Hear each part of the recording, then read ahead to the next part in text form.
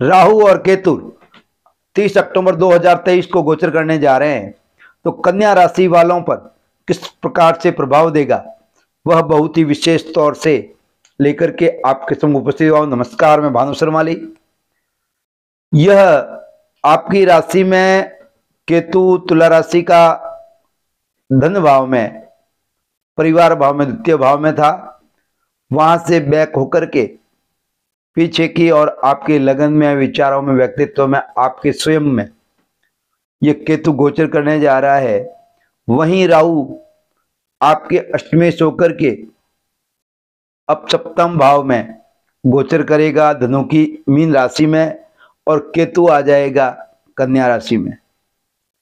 तो यह किस प्रकार से परिणाम 18 माह तक दिए हैं, और इसका गोचर बड़ा महत्वपूर्ण हो जाता है, क्योंकि एक ही राशि में ये 18 माह तक रहते हैं। तो 18 माह एक लंबा समय है, और उस भाव से संबंधित 18 महीनों के परिणाम शुभ या अशुभ झेलने पड़ते हैं।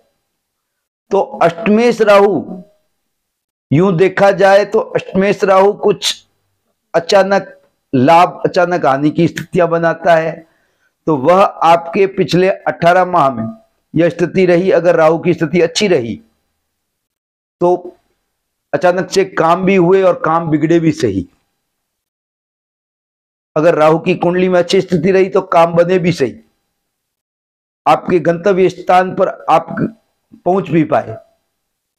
वहीं केतु आपके परिवार में विरोध उत्पन्न कर पाया, वहीं परिवार में वृद्धि भी हुई, आपके धन में भी वृद्धि हुई।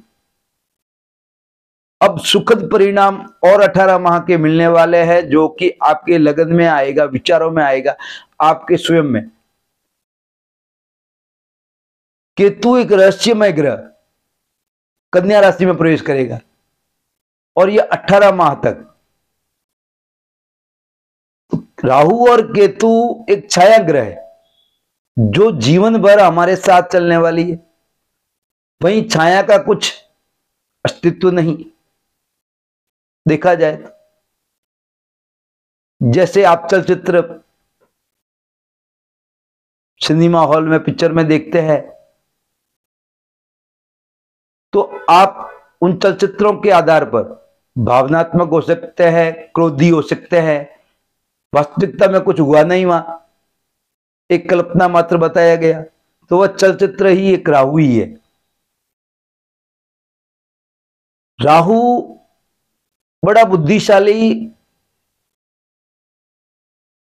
बड़ा होशियार, तब तो वह दानव होते हुए भी देवों की पंक्ति में लग करके अमृत ग्रहण किया। इसलिए अमृतत्व के गुण भी विद्यमान है राहु और केतु में। तब को इनको देवगुरु बृहस्पति जैसी दृष्टि दे रखी है। नवपंचम देवगुरु बृहस्पति जिस दृष्टि से देखते हैं, उसी दृष्टि से राहु और केतु भी देखते हैं। अचानक कार्य बनना, अचानक कार्य में बाधा आनी, पितृदोष होना, यह सब राहु और केतु के ही परिणाम है। काल सर्प दोष हो जाना, तो यह आपके लगन में बैठ करके एक रहस्यमय छायाग्रह, एक पहेली की तरह है, जिसका आपके जीवन में गहरा महत्व है। चंद्रमा के दक्षिण नोड के रूप में जाना जाने वाला केतु हमारे कर्म, अतीत, आध्यात्म विकास का प्रतिनिधित्व करता है। यह वैराग्य, आत्मनिरीक्षण और मुक्ति का भी प्रतीक है। 18 माह तक रहेगा। ऐसे समझना चाहे केतु को, तो केतु एक झंडा, ध्वजा, बैनर, पताका, जिस तरह एक झंडा अपने परिवेश से किसी लगाव के बिना हवा में लहराता है, उसी तरह केतु की ऊर्जा हमें भौतिक इच्छाओं से खुद को अलग करने, आत्म खोज की यात्रा पर निकलने के लिए प्रेरित भी करती है। आप अपने विचार, आप अपनी अध्यात्म की ओर बढ़ेंगे, वही आप अपने विचारों को बहुत ही ऊंचाई तक ले जाएंगे, अपना व्यक्तित्व निखारने में बड़े कामयाब रहेंगे। केतु को कुंजवत कहा गया है, राहु को शनिवत कहा गया है। तो केतु में मंगल की ऊर्जा विद्यमान है, तो यह परिवर्तनकारी ऊर्जाएं लाता है, हमारे जीवन को आकार देती है। जबकि अन्य ग्रह जीवन की मूर्त पहलुओं को प्रतिनिधित्व करती है, जैसे कि हमारा करियर या रिश्ते। केतु आध्यात्मिक और आंतरिक विकास के क्षेत्र में गहराइयों से उतरता है। यह हमारे पुराने पैटर्न को छोड़ करके नए को प्रोत्साहित करने वाला है। आत्मज्ञान की दिशा में हमारी प्रगति में बाधा डालने, उनको हटाने का कार्य। केतु के प्रभाव आपके विचार बड़े ही उच्चता की ओर बढ़ने वाले होंगे। आप अपने परिवार में, समाज में, निर्णय में बड़े कामयाब रहेंगे। केतु कन्या राशि में अच्छा रिजल्ट देता है, जो कि आपके विचारों में है। आपकी सोच बड़े ही ऊंचाइयों को प्राप्त करने वाली होगी।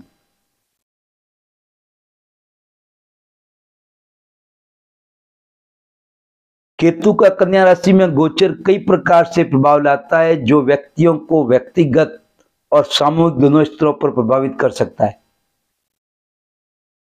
वैराग्य, आध्यात्मिकता, कर्म का पैटर्न का प्रतिनिधित्व करता है।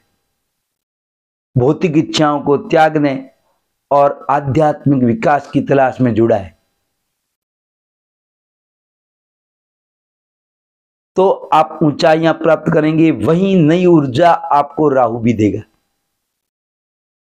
राहु यहां अगर आपकी जन्म कुंडली में दशा अच्छी है और राहु की स्थिति अच्छी है, तो आप साझेदारी में लाभ की स्थितियां बनाएंगे। व्यापार के लिए आपकी जो मानसिक स्थिति है, उसमें नई टेक्नोलॉजी लेकर के आप आगे बढ़ेंगे। आपको यहां सावधान रहने की स्थिति बनती है कि राहु यहां पर आपको फंसाने के लिए, साझेदारी में कहीं धोखा होने की स्थिति भी बनाता है। एकदम आपको लालच की स्थिति, लाभ की स्थिति बता करके एकदम से आपको धोखे की स्थिति भी बना सकता है। अगर जन्म कुंडली में राहु की स्थिति अच्छी नहीं है तो साझेदारी से बचना चाहिए। वहीं आप दूसरों की बातों को सुन करके, राहु एक अफवाह भी है, तो दूसरों की बातों को सुनने के बाद में उनका बिल्कुल सत्यापन करने के बाद में विश्वास करना चाहिए, वरना साझेदारी में या दाम्पत्य जीवन में कुछ समस्याएं हो सकती है। वहीं लाभ की स्थिति भी अच्छी बनेगी। अचानक से लाभ के सौदे भी आपके हाथ लगेंगे, क्योंकि यहां सप्तम भाव में आपके दाम्पत्य जीवन में, साझेदारी में, व्यापार से संबंधित विचार किया जाता है। वहां पर बैठे हुए राहु देवगुरु की राशि में होकर के लाभस्थ स्थान को देखेंगे, तो बड़े भाई बहन मित्रों से लाभ की स्थितियां बनेगी। वहीं लगन को भी देखेंगे, तो यहां पर भी आप कुछ भ्रमित निर्णय लेने में असमर्थता महसूस हो सकती है। वहीं केतु आपके लगन में बैठने से यह पंचम भाव को देखेगा।